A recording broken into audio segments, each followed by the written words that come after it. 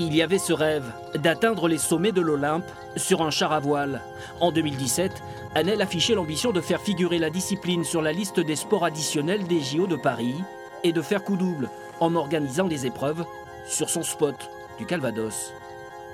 C'est un site symbolique, hein. On est sur une plage de mémoire, là où les Alliés ont débarqué.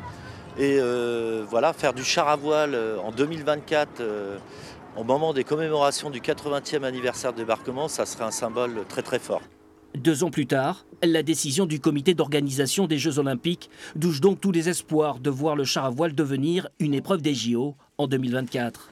Une histoire de timing selon François Garnavaux, celui qui préside à la destinée du projet Annelle 2024, estime qu'il manque à la discipline une véritable stature fédérale au plan international.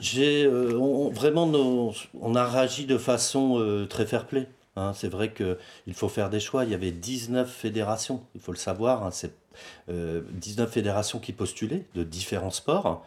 Effectivement, 4 retenues, donc ce n'est pas beaucoup. Et d'autant plus qu'il nous manque actuellement un certain nombre de fédérations pour remplir les critères du CIO, pour être sur la liste officielle, puisqu'il faut 50 pays membres du CIO. La déception évacuée, Annelle tourne désormais son regard à l'horizon 2024 et l'organisation des championnats du monde de char à voile, pour laquelle l'association s'est déjà portée candidate.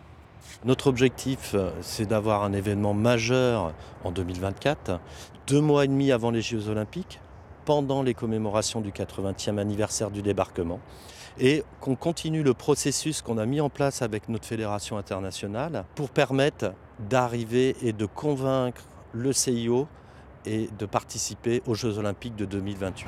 En attendant, la Fédération internationale de char à voile devrait annoncer le nom de la ville qui accueillera les championnats du monde 2024 d'ici la fin mars.